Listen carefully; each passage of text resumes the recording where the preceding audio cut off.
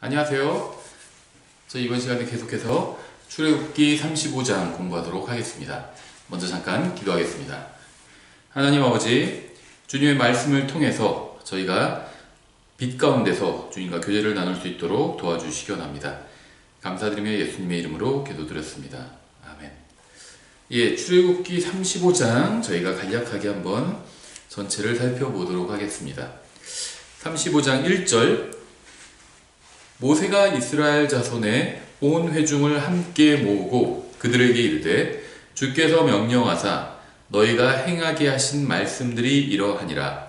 엿새 동안은 일하되 일곱째 날은 너희에게 거룩한 날이요 주께 안식하는 안식일이니 누구든지 그 날에 일하는 자는 죽을지니라.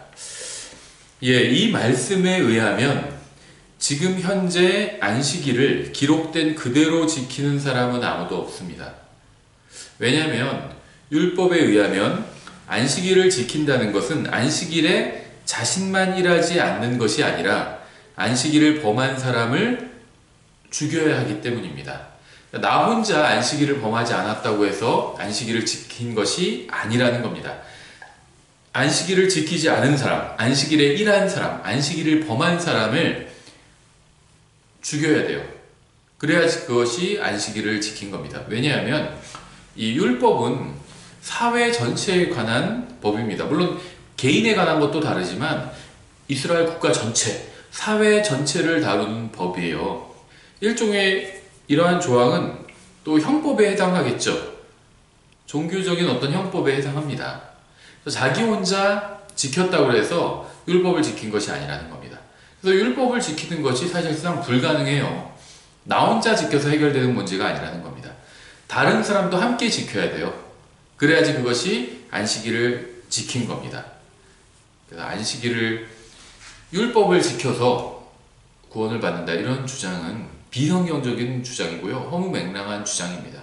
안식일을 지킬 수 있는 사람은 아무도 없어요. 지킨 사람도 아무도 없습니다. 지킬 수가 없어요. 율법을 지킨 사람은 아무도 없다는 겁니다. 안식일을 지금 이 시대에 이스라엘이 아닌 또 다른 나라에서 지키는 것은 사실상 불가능하다는 겁니다. 3절, 너희는 안식일에 너희 모든 처소에서 불을 피우지 말지니라. 안식일을 지키려면 완벽하게 지켜야 합니다.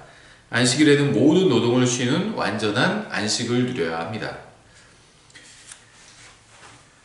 4절, 모세가 이스라엘 자손의 온 회중에게 말하여 이르되, 주께서 명령하신 것이 이러하니라. 말씀하시기를, 너희는 너희 가운데서 주께 드릴 헌물을 취하라. 마음에서 자원하는 자는 누구든지 주의 헌물을 가져올지니 곧 금과 은과 놋과 청색과 자주색과 주홍색 실과 고운 아마실과 염소 털과 붉게 물들인 수디양 가죽과 오소리 가죽과 시팀 나무와 등잔 기름과 기름 부음에 쓸 기름과 및 향기로운 향에 쓸 향료와 줄마노와 또 에봇과 흉패 물릴 보석이니라. 여기서는 주님께 헌물을 드리는 것과 관련해서 굉장히 중요한 두 가지 사실을 말씀하고 있는데요. 이러한 것들은 또한 신약 성경에서 말씀하시는 진리와 완전히 일치합니다. 첫째는요, 주님께 헌물을 드릴 때에는 자원하는 마음으로 드려야 한다는 겁니다. 이것은 주님께 무엇인가를 드리는 문제에 있어서 가장 본질적인 문제예요. 이 성경에서는요, 신약과 구약 공통적으로 자원하는 free will, 이 자원하는 것에 관한 자유롭게 드리는 것, 자원해서 드리는 것, 이런 것들을 굉장히 중요하게 강조하고 있어요. 하나님께서 우리가 억지로 섬기는 것을 원하지 않으십니다. 우리가 자원하는 마음으로 섬기는 걸 원하십니다. 정말 내가 좋아서 날 사랑하고 자원해서 날 좋아해야 그게 의미가 있잖아요. 내가 협박해서 누군가 나를 좋아한다면 그거는 진정한 사랑이라고 볼 수가 없겠죠. 자원해서 주님을 섬기는 것, 이것이 주님을 섬기는 데 있어서는 가장 중요한 원칙이겠죠. 두 번째는요, 주님께 드릴 수 있는 것은 현금만이 아니라는 겁니다. 우리는 주님께 경배드리는 집에 함께 모여서 경배드리기 위한 장소가 필요하잖아요. 여기에 도움이 될 만한 것을 자원하는 마음으로 가져와서 주님께 드려야 합니다. 교회 건물은 교회가 아니죠. 주님께 경배드리기 위해서 성도들이 모이는 장소는 교회가 아닙니다. 장소는 교회가 아니에요. 교회는 예수님을 믿는 사람들의 모임이지 예수님을 믿는 사람들 자체가 교회지 장소가 교회는 아니죠. 마찬가지로 성막도 구약 성도가 아닙니다. 하나님께서는 신약 성도들이 모이는 장소인 예배당에 살지 않으시고 또 구약 성도들의 모임의 중심이었던 이 성막에 살지도 않으셨습니다. 교회 예배당이 하나님의 집이 아닌 것처럼 성막도 하나님의 집이 아닙니다. 그런데 왜 성막이 필요했을까요? 하나님을 섬기는 사람들이 함께 모일 장소가 필요했기 때문이에요. 건축 자재를 가져온 사람이나 내부를 장식할 금을 가져온 사람 모두 성막에 필요한 것을 가져온 것이죠. 하나님께 경배드리기 위해서 필요한 장소를 위해서 자신의 재물을 가져와 드리는 것은 절대 낭비가 아닙니다. 또한 주님께 드릴 수 있는 것은 현금만 있는 것도 아닙니다. 우리는 다양한 것을 주님께 드려서 주님을 섬길 수 있습니다. 현금을 들여서 교회의 필요를 채우는 것도 주님께 드린 것이고 필요한 기물을 들여서 교회의 필요를 채운 것도 주님께 드린 것이고요. 또 자신의 재능을 들여서 교회의 필요를 채우는 것도 주님께 드리는 겁니다. 우리가 주님께 드릴 마음만 있다면 주님께 무엇인가를 드릴 수 있는 방법은 굉장히 많이 있어요. 10절부터 19절까지 좀 길게 읽어보겠습니다. 너희 가운데 마음이 지혜로운 자는 다 와서 주님께서 명령하신 모든 것을 만들지니 곧 성막과 그것의 장막과 덮개와 걸쇠들과 널빤지들과 가로 막대기들과 기둥들과 밑받침들과 궤와 그것의 막대들과 그늘의 자리와 덮는 휘장과 상과 그것의 막대들과 그것의 모든 기구와 보여주는 빵과 또 빛을 내는 등잔대와 그것의 비품과 등잔들과 등잔 기름과 분향 제단과 그것의 막대들과 기름 부음에 쓸 기름과 향기로운 향과 성막의 입구 문에 거는 현수막과 번제 헌물 제단과 그것의 놋 그물과 막대들과 모든 기구와 물두멍과 그것의 받침과 뜰의 현수막들과 그것의 기둥들과 그것들의 밑받침들과 뜰 문의 현수막과 성막의 말뚝들과 뜰의 말뚝들과 그것들의 줄들과 성소에서 섬기기 위하여 입는 섬김의 예복 곧 제사장의 직무로 섬길 때 제사장 아론이 입는 거룩한 의복들과 그의 아들들이 입는 의복들이니라. 우리는 앞서 성막에 필요한 기물들에 관한 말씀을 살펴봤죠. 이러한 것들은 모두 주님께서 말씀하신 대로 만들어야 합니다. 이러한 것들을 만들기 위해서 많은 재료와 노동과 수고가 필요하죠. 주님께 경배를 드리고 교제를 나누기 위한 장소를 만들기 위해서는 이러한 많은 재료와 수고가 필요합니다. 주님께 경배드리고 교제를 나누기 위해서 깨끗하고 편안한 장소를 마련하기 위해서는 누군가의 수고와 희생이 필요합니다. 우리는 이러한 희생과 수고를 감내한 사람에게 감사해야 하고요. 또 그들의 수고에 동참해야 되겠죠. 어떤 분들은요, 장소가 뭐가 그렇게 중요하냐, 필요 없다, 이런 분도 있어요. 장소가 중요하지 않나요? 크고 화려하고 비싼 장소를 고집할 필요는 없죠. 우리가 모이기에 편하고 깨끗한 장소는 나쁜 게 아니죠. 집도 가능하면 깨끗한 집에서 살고 싶잖아요. 같은 가격인데 더 더럽고 불편한 집에서 살지 않죠. 왜 그러죠? 집이 중요하기 때문이에요. 그 장소에서 내가 편안하게 쉬고 또 다음날 나가서 일하고 또 다시 돌아와서 쉬고 할 수 있는 장소잖아요. 그러니까 집이 중요합니다. 꼭 뭐 고가의 무슨 주택에만 살아야 되는 건 아니죠. 내가 가지고 있는 돈의 한도 내에서 최대한 깨끗하고 편안한 집을 찾으면 되는 거죠. 집도 중요합니다. 전 장소, 교회 장소가 왜 중요하냐, 그거 안 중요하다, 이런 사람 중에 뭐 집도 안 중요하다, 이런 사람 못 봤어요. 교회 장소 중요하지 않다고 그러면서 꾸밀 필요가 없다고 그럽니다. 자기 집은 막 꾸며요. 모순 아닌가요? 교회 장소가 중요하지 않으면 자기 집도 중요하지 않은 거죠. 자기 집이 중요하면 교회 장소도 중요한 거죠. 그렇지 않나요? 교회 장소도 중요합니다.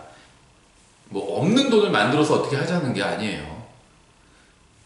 함께 모여서 신앙생활을 하는 것, 교제를 나누고 하나님 말씀을 배우는 것, 이게 중요하지 않나요? 함께 모여 그럴 장소가 필요해요. 신앙생활을 하고 하나님의 말씀을 가르치고 선포하고 모이고 교제를 나눌 장소가 필요합니다. 이것을 위해서 우리가 헌금을 걷고 돈을 쓰는 것은 잘못된 게 아니죠. 과도하게 지출하는 건 잘못된 거겠죠.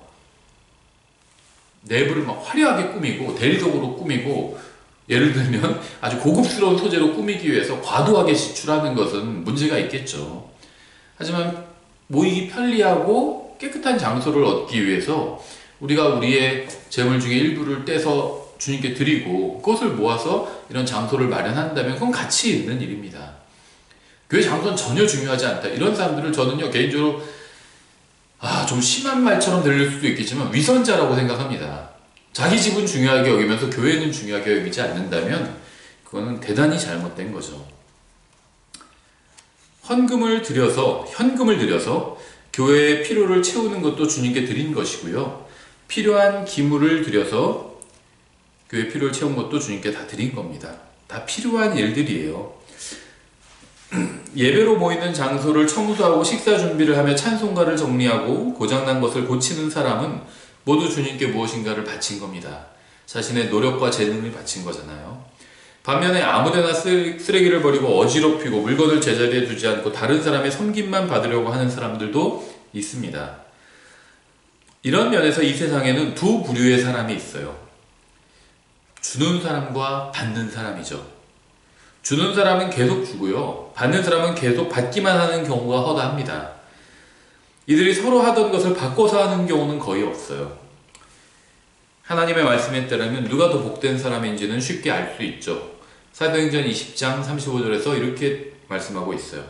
내가 너희에게 모든 것을 보여주되 곧 너희가 마땅히 이렇게 수고하여 약한 자들을 지원하고 또 주 예수님께서 말씀하신 것 즉 주는 것이 받는 것보다 더 복되도다 하신 그분의 말씀을 기억하게 하였느니라. 계속해서 다시 출애굽기 35장 20절 이스라엘 자손의 온 회중이 모세 앞에서 물러가니라. 마음에 감동을 받은 모든 자와 영으로 자원하게 된 모든 자가 오고 그들이 회중의 성막 작업과 그분을 섬기기 위한 모든 것과 거룩한 의복들에 쓰도록 주의 헌물을 가져왔으니 이것은 하나님의 일이 어떻게 이루어지는지를 보여주는 정말 좋은 말씀인데요. 주님께서 마음에 감동을 받아서 영으로 자원하는 사람의 손길을 사용하셨습니다. 하나님께서는 지금도 이런 사람을 찾고 계십니다. 하나님의 일은 사모하는 마음으로 간절히 원하는 사람을 통해서 이루어져요. 주님께서는 하기 싫어하는 사람을 통해서 일하지 않으십니다. 주님의 일을 하기 위해서는 영으로 자원해야 합니다. 주님께서는 주님의 일을 하기 위해서 사람을 위협하시거나 협박하시거나 의지에 반해서 강제로 하게 하지 않으셨어요. 주님께서는 자원하는 마음을 가진 사람을 찾으시고 들어서 쓰셨습니다. 어떤 사람들은요 자꾸 요나 예를 들면서 요나는 하기 싫은데 하기 싫어하는 사람을 하나님께서 요나의 경우는 하기 싫어하는 사람을 억지로 하나님의 일을 하게 한 거 아니냐 이렇게 생각하는 사람이 있는데요. 그렇지 않아요. 요나가 왜 처음에 니느웨에 가서 말씀 선포하기를 거부했는지 그 이유를 생각해 볼 필요가 있습니다. 자신이 원하는 것과 다른 메시지를 하나님께서 전하게 하셨죠. 다른 말씀을 전하게 하신 겁니다. 그게 마음에 들지 않았던 거예요. 요나가요 하나님의 일을 하는 것, 말씀을 전하는 것 자체를 싫어했던 게 아닙니다. 자기 생각과 달라서 좀 거부했던 거예요. 자기 생각에는 이스라엘 백성을 괴롭히는, 마치 우리나라 과거의 식민지 시절에 일제강점기 시절에 일본 사람들이 우리나라를 괴롭게 했잖아요. 우리나라 사람들을. 그 일본 사람들한테 가서 복음을 전하라고 하니까 그게 싫었던 겁니다. 그래서 하나님께서는 요나의 태도가 잘못됐다는 걸 보여주셨죠. 요나가 무슨 하나님의 일을 하기 싫었던 게 아니에요. 해야 되는 일, 선포해야 되는 말씀이 자기의 생각과 달랐기 때문에 그게 좀 싫었던 거죠. 하나님의 일을 하는 게 싫었던 건 아닙니다. 하나님의 일은요 항상 자원하는 사람을 통해서 이루어집니다. 22절 곧 자원하는 마음을 가진 남자들과 여자들이 다 오고 그들이 팔찌와 귀고리와 반지와 납작한 보석과 온갖 금 보석을 가져왔더라. 헌물을 드린 모든 사람이 주께 금으로 헌물을 드리니라. 금송아지를 숭배하던 사람들의 마음이 주님을 섬기기 위해서 금을 헌물로 드리고자 하는 마음으로 바뀌었습니다. 이것은 정말 놀라운 변화가 아닐 수 없습니다. 금으로 우상 숭배를 하던 사람들이 금으로 주님을 섬기려고 하는 것이죠. 이처럼 같은 것으로 죄를 지을 수도 있고요. 또 주님을 섬길 수도 있습니다. 우리의 몸으로도 죄를 지을 수도 있고 또 몸으로 주님을 섬길 수도 있죠. 이스라엘 백성은 금송아지를 만들기 위해서 아론에게 금을 바쳤지만 이제는 주님을 섬기기 위해서 자원하는 마음으로 금을 주님께 내어드리고 있습니다. 23절 청색과 자주색과 주홍색실과 고운 아마실과 염소털과 수장의 붉은 가죽과 오소리 가죽이 있는 자도 다 그것들을 가져오고 은과 노스로 헌물을 드리는 자도 다 주의 헌물을 가져왔으며 섬기는 일에 필요한 시팀 나무가 있는 자도 다 그것을 가져오고 마음이 지혜로운 모든 여인들은 손수 실을 잡고 자기들이 지은 것 즉 청색과 자주색과 주홍색 실과 고운 아마실을 다 가져왔으며 지혜로 마음의 감동을 받은 모든 여인들은 염소털로 실을 잡고 치리자들은 줄마노와 또 에봇과 흉패에 물릴 보석들을 가져왔으며 등불과 기름 부음에 쓸 기름과 향기로운 향에 쓸 기름과 향료를 가져왔으니 사람들의 마음에 큰 변화가 일어난 겁니다. 우상 숭배하던 자들이 이제는 주님을 섬기는 일에 관심을 두기 시작한 거죠. 모든 사람이 같은 일을 한 것은 아니지만 모든 사람이 주님을 섬기기 위해서 무엇인가를 했습니다. 다른 사람이 하는 일을 따라하려고 하지 말고요. 주님을 위해서 자신이 할 수 있는 일을 하면 됩니다. 이들은 각각 주님께서 자신에게 주신 것을 가지고 주님을 섬기려고 했습니다. 신약교회 성도들도 이렇게 주님을 섬겨야 합니다. 서로 각자 다른 선물, 은사, 또 다른 재능을 받은 이유는 서로 다른 것으로 주님을 섬겨서 서로의 부족함을 채우게 하기 위해서입니다. 모두 손이면 손이 두 개고 발이 두 개잖아요. 근데 네 개가 다 손이면 걸을 수가 없잖아요. 또 네 개가 다 발이면 또 일을 할 수가 없겠죠, 손으로. 모두 눈이면 말할 수 없고요. 모두 입이면 또 볼 수 없겠죠. 하나님께서 서로 다른 사람을 부르셔서 서로 다른 재능과 은사를 주신 이유는 조화를 이루고 서로의 부족한 부분을 채워주게 하기 위함입니다. 그래야 전체 몸이 유익을 얻을 수 있기 때문이죠. 29절 마음에서 자원하여 가져오기를 원하는 이스라엘 자손의 모든 남자와 여자가 주께서 모세의 손으로 만들라고 명령하신 온갖 종류의 것을 만들기 위해 주께 자원하는 헌물을 가져왔더라. 이 말씀은 주님을 섬기는 일이 얼마나 조화롭게 이루어지는지 잘 보여줍니다. 모든 사람이 자원하는 마음으로 주님을 섬겼습니다. 남자만 주님을 섬긴 것이 아니라 여자도 주님을 섬겼습니다. 주님을 섬기려는 한 가지 목적을 위해서 다양한 섬김이 필요했습니다. 사람들은 자기 생각대로, 자기 마음대로 주님을 섬긴 것이 아니라 주님께서 명령하신 대로, 말씀대로, 성경대로 주님을 섬겼습니다. 출애굽기 35장에는 주님을 섬기기 위해서 필요한 가장 중요한 덕목이 반복해서 나오는데요. 마음에서 자원하여. 이게 굉장히 중요합니다. 5절, 22절, 29절에 나오죠. 또 마음이 지혜로운이라는 표현도 반복해서 나와요. 10절, 25절, 35절에서 나오죠. 또 마음의 감동을 받은 이라는 표현도 반복해서 나와요. 21절, 26절이죠. 또 마음속에 능력을 두사 가르치게 하시고 라는 표현도 34절에서 나옵니다. 사람들은 자신의 의지를 사용해서 자원해서 주님을 섬겼습니다. 4절부터 10절은요, 주님을 섬기기 위한 자격에 대해서 보여주고 있는데요. 첫째, 이들은 이집트에서 어린 양의 피로 구원을 받았죠. 둘째, 이들은 무엇인가를 행하라고 주님께 명령을 받았습니다. 셋째, 이들은 주님을 섬기고 자신의 것을 내어드리려는 자원하는 마음을 가지고 있었어요. 넷째, 이들은 주님을 제대로 섬길 수 있도록 지혜를 받아서 지혜로운 마음을 가지고 있었습니다. 다섯째, 이들은 실제로 행할 수 있도록 마음속에 능력을 받았습니다. 사람이 주님을 열심히 섬길수록 불평이 줄어들게 됩니다.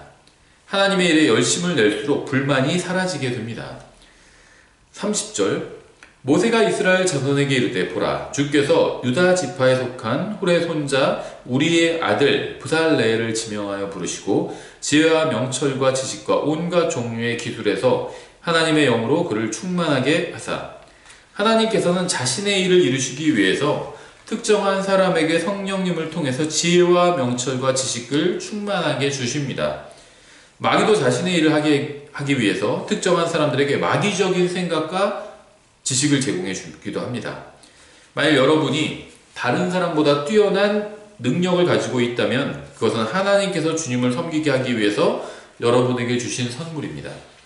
여러분은 그 선물을 가지고 자신이 아닌 주님을 위해서 사용해야 합니다. 32절 정교한 일들을 고안하여 금과 은과 노수로 일하게 하시고. 하나님께서는 특별한 일을 하게 하기 위해서 부살레엘에게 특별한 능력을 주셨죠. 주님께서는 그에게 지혜와 명철과 지식을 주셨을 뿐 아니라 정교한 일들을 하게 하는 능력도 주셨습니다. 33절 보석을 깎아 물리며 나무를 새겨서 온갖 종류의 정교한 것을 만들게 하셨고. 부살레엘은 주님께서 주신 특별한 능력을 가지고 우상을 만드는데 그 재능을 사용할 수도 있었죠. 하지만 그는 자신의 재능과 은사와 달란트를 주님을 섬기는 데 사용했습니다. 주님께서 주신 재능을 주님을 섬기는 데 사용할 때 그 재능은 정말 그 진가를 발휘하게 되고요. 더욱 빛을 발하게 됩니다. 주님께서는 우리 모두에게 주님을 섬길 수 있는 재능과 달란트를 주셨어요. 우리는 이것으로 주님을 섬기고 또 교회를 세워나가야 됩니다. 주님을 섬긴다는 건요, 항상 주님의 몸된 교회를 섬기는 거예요. 교회를 섬긴다는 건요, 그 교회에 속한 사람들을 섬기는 겁니다. 사람들을 섬긴다는 건요, 사람들이 하나님 앞에서 말씀으로 바로 설 수 있도록 도와주는 겁니다. 사람을 섬긴다고 그러니까요, 무슨 돈을 꿔주던지, 그 다음 차를 닦아주던지, 이런 게 섬기는 거라고 생각하는 사람들도 있어요. 모르겠어요. 때에 따라서 그런 것들이 사람을 섬기는 걸인지 모르겠지만, 기본적으로 사람을 섬긴다는 건요, 하나님의 말씀으로 그 사람을 도와주는 겁니다. 그 사람이 구원받지 않았다면 하나님의 말씀을 통해 구원받을 수 있도록 복음을 설명해 주고요, 예수님을 소개시켜 주는 거죠. 구원받은 사람이라면 하나님 앞에서 바르게 설 수 있도록, 바르게 하나님을 섬길 수 있도록 도와주는 거겠죠.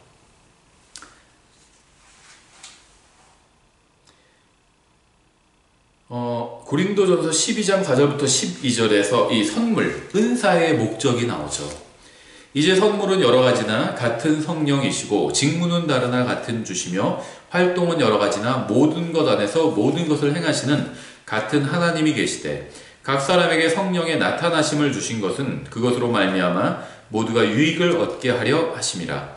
어떤 사람에게는 성령을 통하여 지혜의 말씀을, 다른 사람에게는 같은 성령을 통하여 지식의 말씀을, 다른 사람에게는 같은 성령을 통하여 믿음을, 다른 사람에게는 같은 성령을 통하여 병 고치는 선물들을, 다른 사람에게는 기적들 행함을, 다른 사람에게는 대언함을, 다른 사람에게는 영들 분별함을, 다른 사람에게는 여러 종류의 타언어들을, 다른 사람에게는 타언어들을 통역함을 주셨으나 이 모든 것은 같은 그 한 성령께서 행하사 자신의 뜻대로 각 사람에게 개별적으로 나누어 주시는 것이니라. 몸은 하나이며 많은 지체를 가지고 있고 그 한 몸에 모든 지체가 많아도 한 몸인 것 같이 그리스도도 그러하시니라. 우리는 우리가 받은 은사와 재능과 기회를 주님의 영광을 위해서 사용함으로 주님께 다시 돌려드려야 됩니다.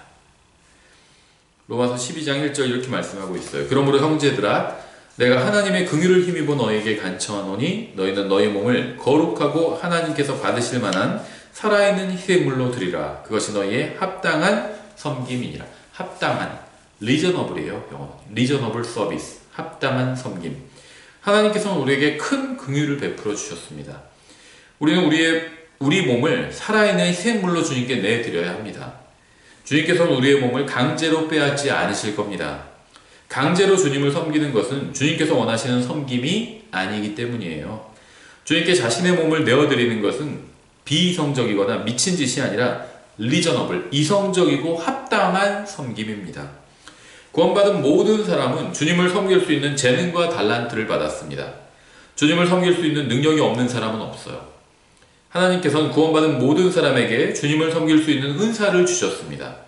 여러분은 주님의 영광을 위해서 여러분의 은사와 재능을 사용해야 합니다. 34절. 또 그와 단 지파에 속한 아히사막의 아들 아홀리압의 마음속에 가르칠 수 있는 능력을 넣어 주셨으며 마음의 지혜로 그들을 충만하게 하사 온갖 종류의 일을 하게 하시되 곧 조각하는 일과 정교한 일과 청색과 자주색과 주홍색실과 고운 아마실로 수놓는 일과 옷을 짜는 일과 그 어떤 일이라도 하게 하시고 또 정교한 일을 고안하게 하셨느니라. 하나님께서는 가르칠 수 있는 능력도 마음속에 넣어주십니다. 이 하나님의 말씀을 바르게 가르치는 건요, 마음에 속한 문제라는 거예요. 그래서 세상에서 굉장히 똑똑한 사람들도요, 하나님의 말씀을 제대로 구원받았음에도 불구하고 제대로 가르치지 못하는 사람들도 있어요. 이거는 마음에 속한 일이에요. 다시 말하면 영적인 일이라는 겁니다. 영적인 건요, 마음에 속한 거예요. 영적 전쟁은 마음에서 일어나는 전쟁입니다. 가르칠 수 있는 능력이란 하나님께서 자신에게 보여주신 것을 다른 사람에게도 보여줄 수 있는 능력입니다. 신약 성도는 자신이 받은 말씀을 다른 사람에게도 전해줘서 그가 또 다른 사람에게 말씀을 전해줄 수 있게 해야 합니다. 디모데후서 2장 2절이죠. 또 내가 많은 증인들 가운데서 내게 들은 것들, 바로 그것들을 신실한 사람들에게 맡기라. 그들이 또한 다른 사람들을 가르칠 수 있으리라. 오직 자신만을 위해서 은사를 사용하는 것은 은사의 오용입니다. 잘못된 사용이에요. 주님을 위해서, 주님의 몸된 교회를 위해서 은사와 재능과 달란트를 사용해야 합니다. 또한 자신이 받은 말씀을 다른 사람들에게 가르쳐줘서 그들이 또 다른 사람들을 가르칠 수 있게 해야 합니다. 한마디로 말씀을 전해줘야 된다는 거예요. 나보다 모르는 사람에게 말씀을 전해주면 되는 겁니다. 오늘 여기까지 보겠습니다.